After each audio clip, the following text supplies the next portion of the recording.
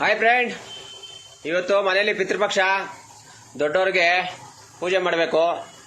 ಪೂಜೆ ಅಂತಂದರೆ ಅವರು ಬದುಕಿದ್ದಾಗ ಏನೇನು ತಿಂತಿದ್ರು ಅದನ್ನೆಲ್ಲ ತಂದಿಡಬೇಕು. ತಂದಿಡ್ತೀನಿ. ಅವ್ರಿಗೆ ಸ್ವೀಟು, ಬೋಟಿ, ಮೀನು, ಕಬಾಬು, ಬಿರಿಯಾನಿ ಎಲ್ಲ ಮನೆಯಲ್ಲಿ ಮಾಡ್ತಾವ್ರೆ. ಅವೆಲ್ಲ ತಂದೆ. ಇನ್ನು ಅಂಗಡಿಯಿಂದ ಥರ ಐಟಮ್ಗಳನ್ನ ಇವಾಗ ತಗೊಂಡೋಗ್ತಾ ಇದ್ದೀನಿ. ಅಂಗಡಿಯಿಂದ ಥರ ಐಟಮ್ ಏನಂದರೆ ನನಗೆ ಒಂದು ಸ್ವಲ್ಪ ಮನಸ್ಸಿಗೆ ಒಂದು ಸ್ವಲ್ಪ ಬೇಜಾರಾಗುತ್ತೆ. ಒಂದೊಂದ್ಸಲಿ ನಾನೇನಾರ ತಪ್ಪು ಮಾಡ್ತಾ ಇದ್ದೀನ ಅನಿಸ್ತದೆ. ಒಂದೊಂದ್ಸಲಿ ಇದಿಸ್ತದೆ. ನೋಡಿ, ತೋರಿಸ್ತೀನಿ ನೋಡಿ ಫ್ರೆಂಡ್. ನೋಡಿ, ಬೀಡಿ, ಬೆಂಕಿಪಟ್ಟಣ, ಲೋಟ, ಆಮೇಲೆ ವಿಮಲು, ಆಮೇಲೆ ಓಟಿ ಪ್ಯಾಕೆಟು, ಒಂದು ಓಟಿ ಪ್ಯಾಕೆಟ್ ನೋಡಿ, ಓಟಿ ಪ್ಯಾಕೆಟು, ಈ ಥರ ಎಲ್ಲ ತಗೊಂಡೋಗಿ ಇಡ್ತಾ ಇದ್ದೀನಿ. ಈ ಥರ ಎಲ್ಲ ತಗೊಂಡೋಗಿ ನಾನು ಏನಕ್ಕೆ ಬೇಜಾರು ಅಂದರೆ ನನಗೆ ನಾನು ಏನಾರ ಅವ್ರಿಗೆ ಇವೆಲ್ಲ ಕೊಡಿಸಿ ಆರೋಗ್ಯ ಹಾಳು ಮಾಡ್ತಾ ಇದ್ದೀನ ಅಂತ ಒಂದು ಕಡೆ ಫೀಲಿಂಗ್ ಆಗುತ್ತೆ ನನಗೆ.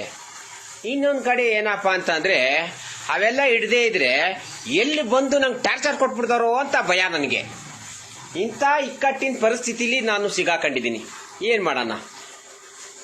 ಇಟ್ಟರೆ ಮನ್ಸಿಗೆ ಬೇಜಾರು, ಇಡದೆ ಹೋದರೆ ಏನಾರ ಎಲ್ಲಿ ತೊಂದರೆ ಕೊಟ್ಬಿಡ್ತಾರೋ ಅಂತ ಭಯ. ಏನು ಮಾಡೋದು ಫ್ರೆಂಡ್? ಇಂಥ ಇಕ್ಕಟ್ಟಿನ ಪರಿಸ್ಥಿತಿಲಿ ಇದ್ದೀನಿ. ಇರಲಿ, ಅವರು ಏನೇನು ಮಾಡ್ತಿದ್ರು ಅದನ್ನೆಲ್ಲ ಇಡ ಕರ್ತವ್ಯ ನಂದು. ಇಟ್ಟು ಪೂಜೆ ಮಾಡ್ತೀನಿ.